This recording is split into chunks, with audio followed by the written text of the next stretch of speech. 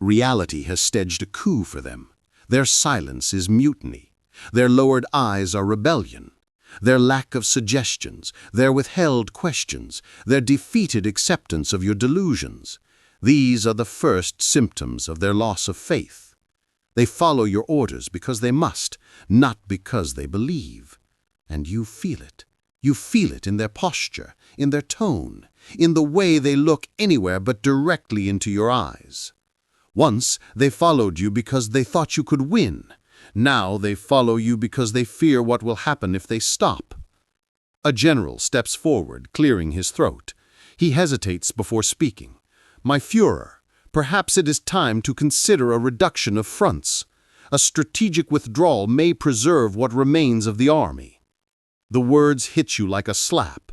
You stare at him, and for a moment the room feels impossibly distant, like everything is happening on the other side of a glass wall. Then you speak. "Withdrawal! When is victory still possible? When morale can still be restored?" "Morale cannot be restored," he says softly. "Not after this." The silence that follows feels like a corridor stretching into eternity. You dismiss him. You dismiss all of them. The door shuts behind the last officer, and for the first time since the Ardennes collapse began, you are alone. Not just in the room, in the world. Evening again. How many days has it been? Time means nothing in the bunker. Your reflection catches your eye in a darkened window. You move closer. The face staring back at you is not the Führer. It is a ghost wearing your skin. The bags under your eyes are deep. Your cheeks are sunken. Your hair lies in disorder across your forehead. The trembling in your left hand is no longer occasional. It is constant.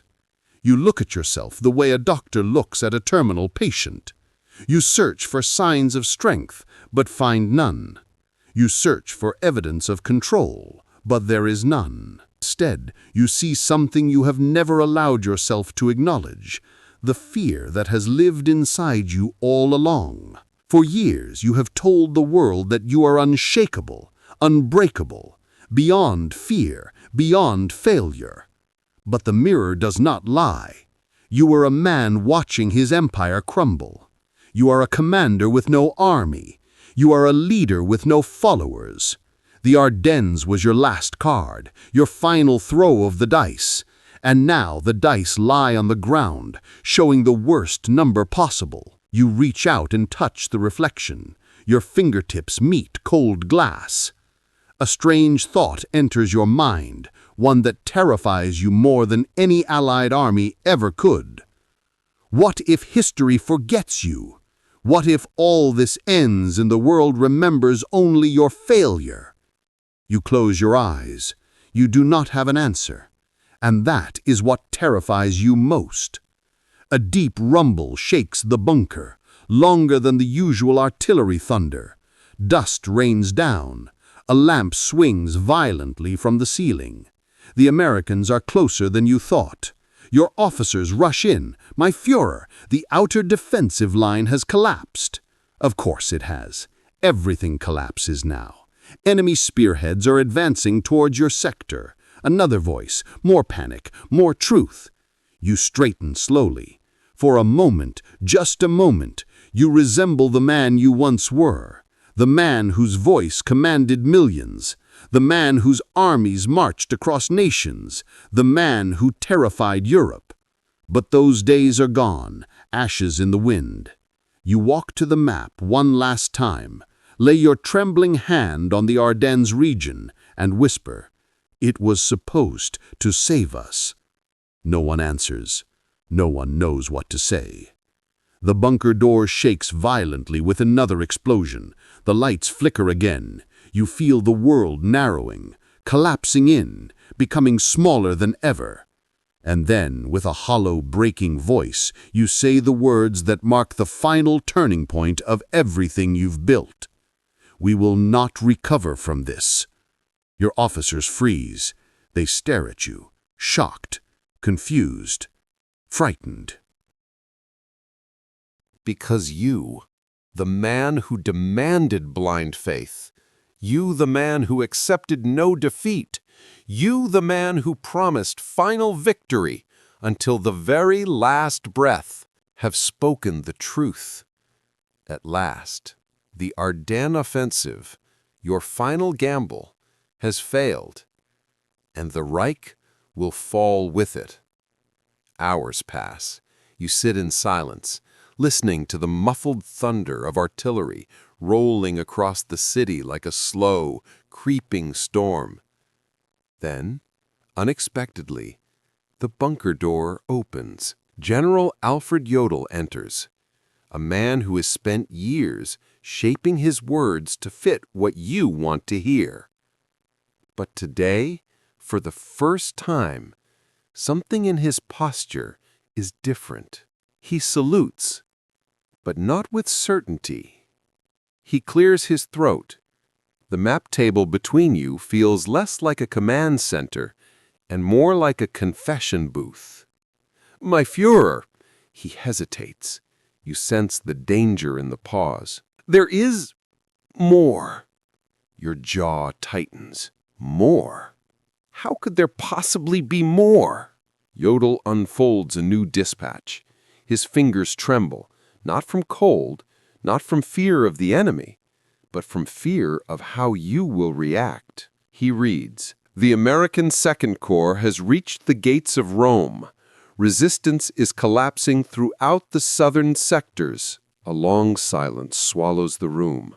The fall of a capital, an Axis capital, something you said was impossible, is happening in real time. You feel the words like a metal hook twisting in your chest. Rome, a city that survived empires, a city you believed was untouchable. And it is falling. Jodl continues, voice almost a whisper. The Italian divisions refuse further engagement. Some are surrendering outright. You stare at him, not blinking, not breathing, not accepting. You whisper, surrendering? His silence answers the question. You turn away from him, unable to look at him. For the first time, one of your generals has delivered not interpretation, but truth. And it is the truth that destroys. Italy, your first and closest ally, has broken, and with it, every illusion you still held. For years, you convinced yourself that Italy was stable, loyal, and capable. You believed Mussolini would never fall. You believed Rome would never be taken. You believed your alliance was forged in iron.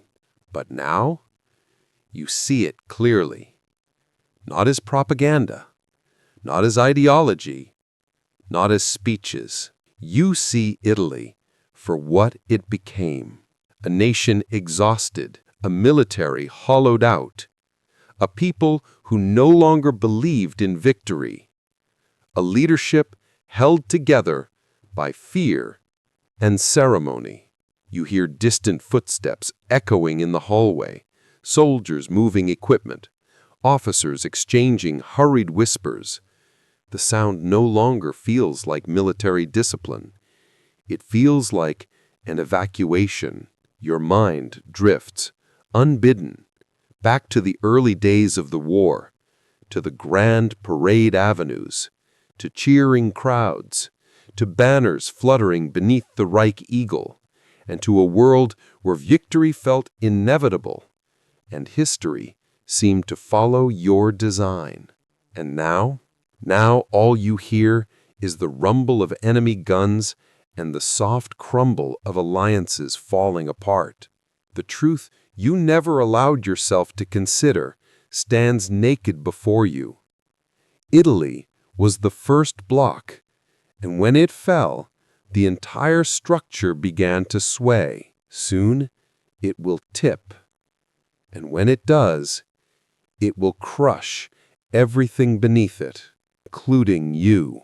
Night falls again over Berlin, but the bunker remains awake, lit by harsh fluorescent bulbs that make every face look pale, sickly, hollow. You try to rest, but sleep refuses you. You lie on your narrow cot, staring at the ceiling, counting the cracks that seem to multiply by the day.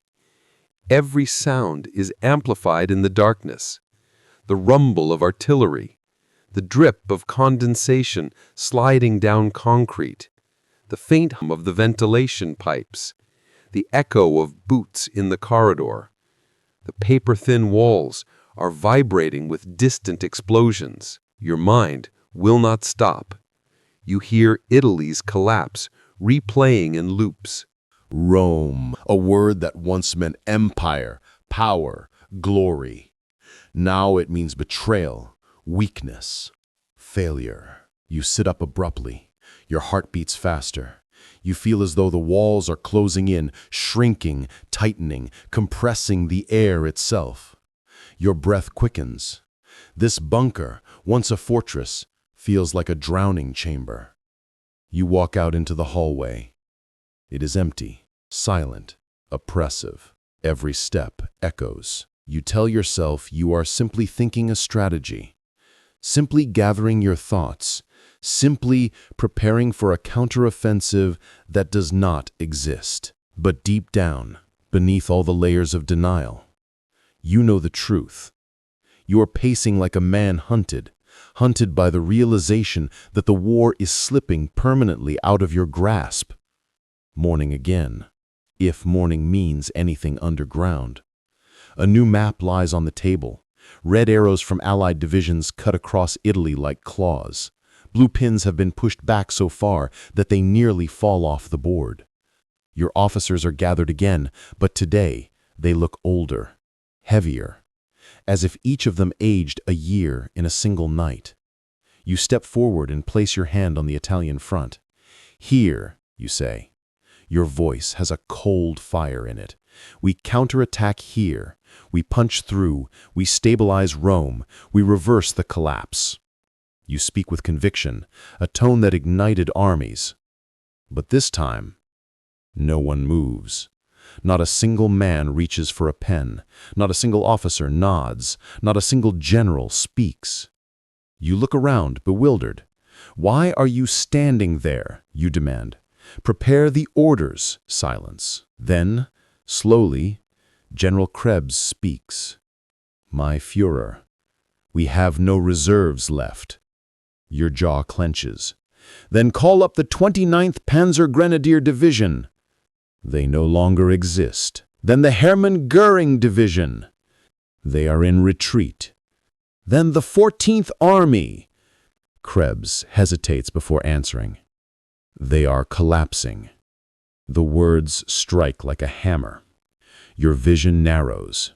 Your breath stutters. You grip the edge of the table until your knuckles turn white, and then the blow you never thought possible. My Führer, Rome cannot be saved.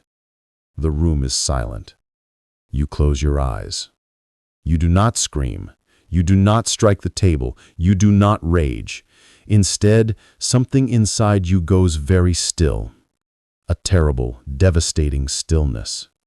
Because part of you knew this all along, and you were trying, desperately, to pretend otherwise.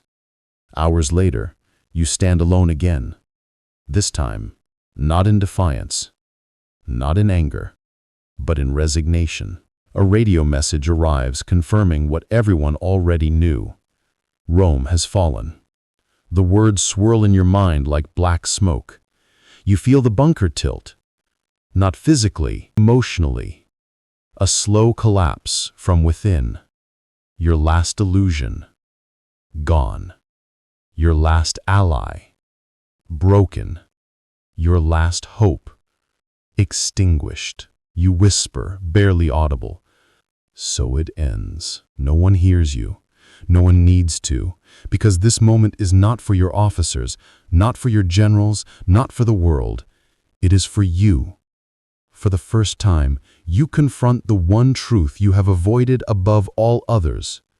You cannot win this war, and you will not be remembered as a conqueror, only as the architect of ruin. You sink into your chair. The maps around you show nothing but red. Your empire reduced to scraps, your armies are scattered, your allies are gone, your cities are burning, your capital is next in line. And now, Rome. The spirit of your alliance was shattered. The myth of your invincibility is destroyed. You press your hands to your face. The bunker feels darker than ever. The air feels thinner. For the first time, not as Führer, not as commander, not as dictator, but as a man. You understand the scale of your failure, and the shadow of that realization is longer and colder than any night the bunker has ever endured. Rome does not simply fall. Rome echoes. The shock wave ripples across Europe, across every front, across every command post, and finally, inevitably, into the deepest corridors of your bunker. Reports flood in. American Sherman tanks rolling past ancient columns. Infantry raising the stars and stripes where fascist banners once hung.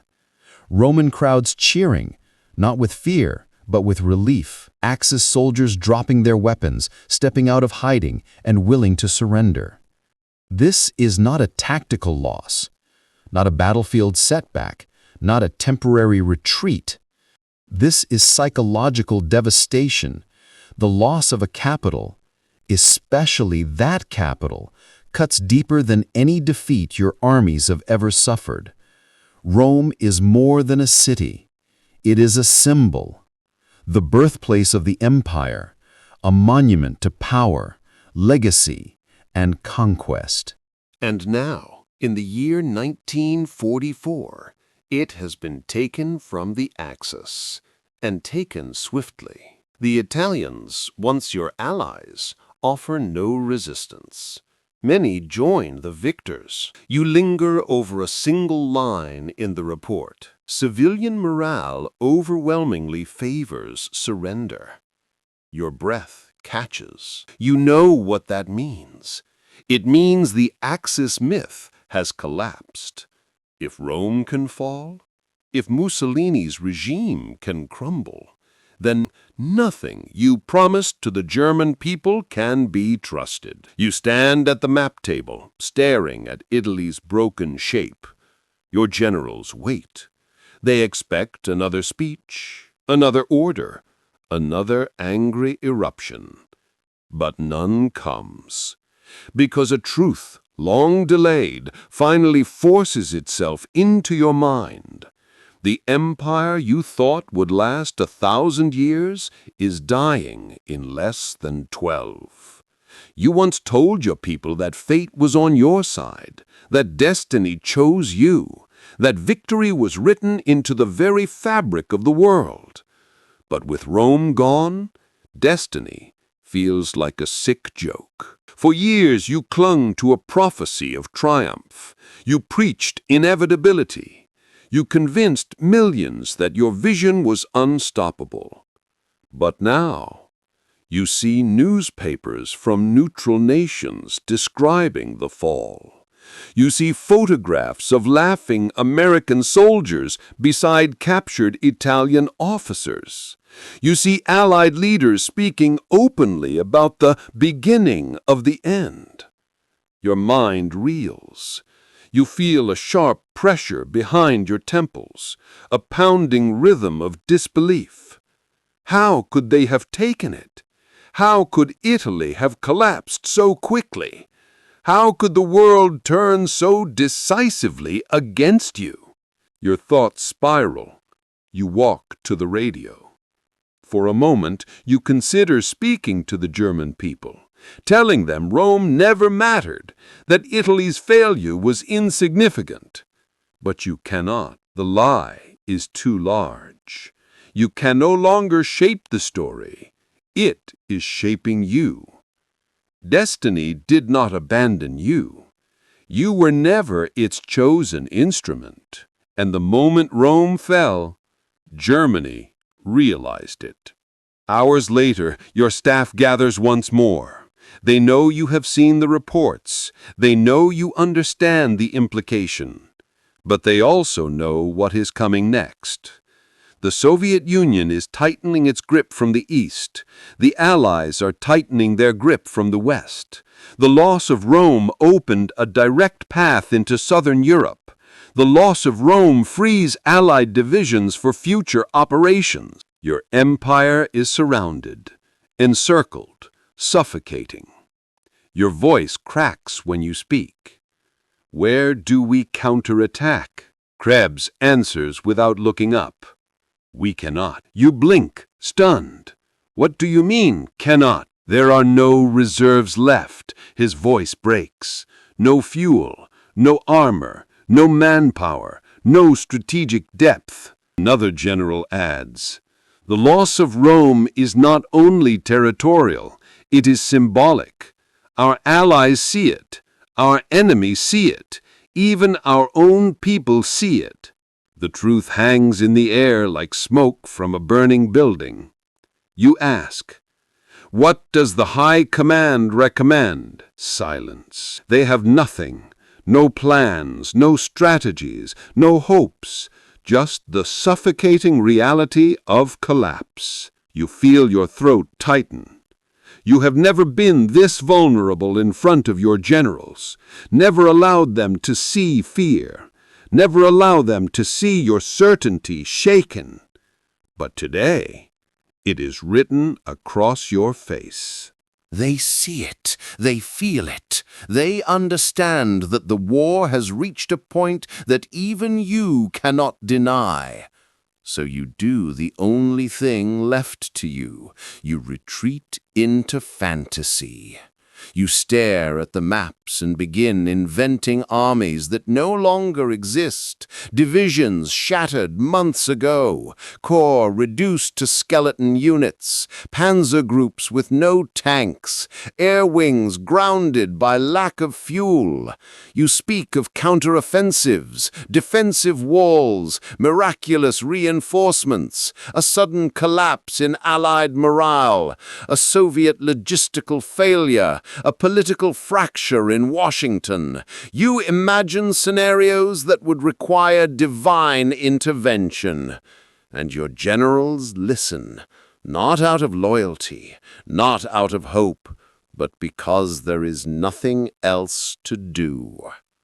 They cannot save the war. They cannot save Rome. They cannot save the Reich. All they can do is follow the rituals of a collapsing system, a system built on your voice, and now ruined by your voice. You spread your hand over Italy. You say the words, "We will retake Rome." No one responds. No one believes you, not even you. Late that night, long after your officers have withdrawn, you stand alone with the map, your empire reduced to pins and paper. You touch Rome again. The red flag marking its loss feels like a wound, a deep, incurable wound. You whisper, "It was supposed to endure."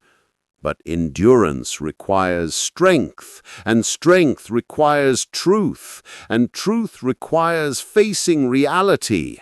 You built an empire on illusions, on dreams of invincibility, on promises impossible to fulfill. And now the dream has died. Not with fire, not with fanfare, not with a heroic final stand. It died quietly, in a moment of disbelief. It died the moment Rome fell.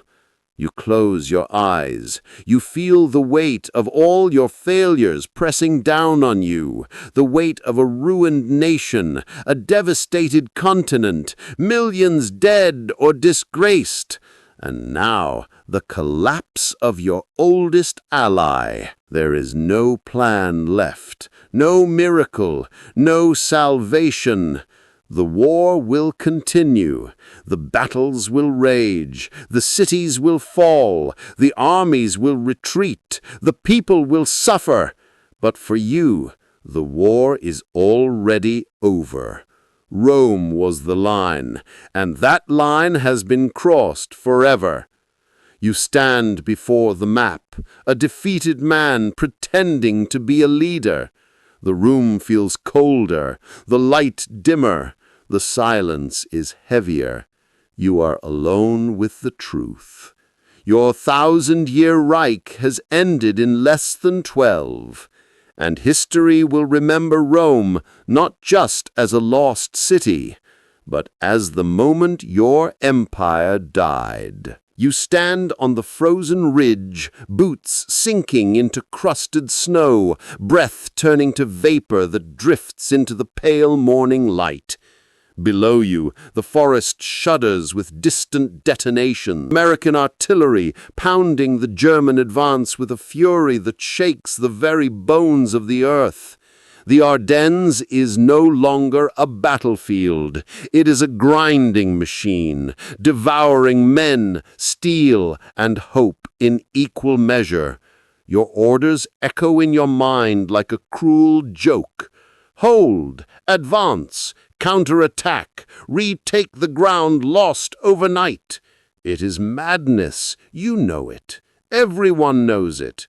And yet no one dares to say the truth aloud. Behind you, the remnants of your platoon gather, frost-bitten, starving, exhausted beyond human limits. Their faces are ghostly, hollowed by nights of marching and days of fighting. Every man carries the same silent question in his eyes. When will this end? A runner arrives, stumbling through the snow, face pale with fear. Sir, Allied aircraft. Hundreds, maybe thousands. They're coming back. Your stomach sinks. For 2 blessed days, clouds had shielded the German army like a divine miracle. But the skies are clear now, painfully clear. You hear it before you see anything. A low, distant hum like a swarm waking. The runner points upward, trembling, and then you see them. First, a formation, then a wave, then an entire fortress of steel and fire descending from the heavens. Thunderbolts, Mustangs, Typhoons, diving, screaming, hunting. The Luftwaffe is nowhere to be found, shredded, broken, gasping for life on the last fumes of aviation fuel. Within seconds, the forest explodes into chaos. American fighters plunge toward the roads where German columns stretch for miles. Tanks, half-tracks, supply lines, all choked together, unable to move. Rockets streak downward, carving glowing scars across the trees. Vehicles erupt in flames, ammunition cooks off, and black smoke billows into the sky like funeral banners. Soldiers scatter, some diving into ditches, some scrambling under wreckage, some running with no destination at all. You feel the terror crawl up your spine. This is not a battle. This is annihilation. A typhoon swoops so low you can see the pilot's goggles. The roar is deafening. Rockets smash into a Panther tank behind you, shredding steel like glass. The blast throws you into the snow, ears ringing, lungs burning. Men scream. Some do not scream at all. As you rise, dazed, you watch the last threads of the German offensive unravel in the air, torn apart by fire from above. And for the first time, you realize the offensive has already died. It simply hasn't admitted it yet. By nightfall, the Ardennes becomes a graveyard of metal. Burned-out tanks line the roads like twisted skeletons. Dead horses freeze where they fell. Trucks smolder, their engines melted into slag. Your boots crunch over glass and shrapnel as you move among the wreckage. Command still insists the offensive is ongoing. Command is lying. Field marshals argue over maps while the front disintegrates beneath them. Hitler demands attacks that are no longer physically possible. You receive new orders, the kind written by men far from danger, far from reality. Advance toward the Meuse. Advance? With what? Your company is down to 30 rifles, 12 able-bodied men, 4 walking wounded, and not a single functioning heavy weapon. Ammunition is so scarce that soldiers fire only when certain of a hit. Most haven't eaten in 36 hours. Frostbite has already claimed fingers, toes, and hope. Still, the order hangs in the air like a sentence. Advance. Your men look to you, waiting for courage. But courage has limits, and those limits have been crossed. You gather them around a dying fire, the flames weak and shivering in the wind. Their faces glow orange in the dark, weary, desperate, hollow. We cannot advance, you tell them quietly. We cannot obey orders that lead to death for no gain. We will hold here, defend, survive. No one argues. Some nod, some sigh, some simply stare into the flames, too tired to feel anything at all. For the first time since the offensive began, the truth is spoken aloud. This war is lost. You feel it settle in your bones, not as a despair, but a strange cold clarity, the kind that comes at the end of a long nightmare. Dawn emerges gray and cold. Snow drifts lazily across the field like ashes from a distant fire. Your breath fogs the air as you scan the tree line. Too much silence. Then movement. Dozens of silhouettes emerging from the mist. American helmets. American rifles. American resolve. They're coming. Your men scramble into defensive positions, behind logs, in shallow foxholes, under the remnants of blasted vehicles. The last machine gun you have spits bullets at half the normal rate, clogged by cold and age. The firefight begins like a slow, dying heartbeat. Pop, pop, pop. Then silence. A reload that takes too long. A misfire. A jam. You call out targets, steady your breathing, and squeeze each shot like a surgeon-like precision. But every bullet fired feels like a grain of sand thrown at a tidal wave.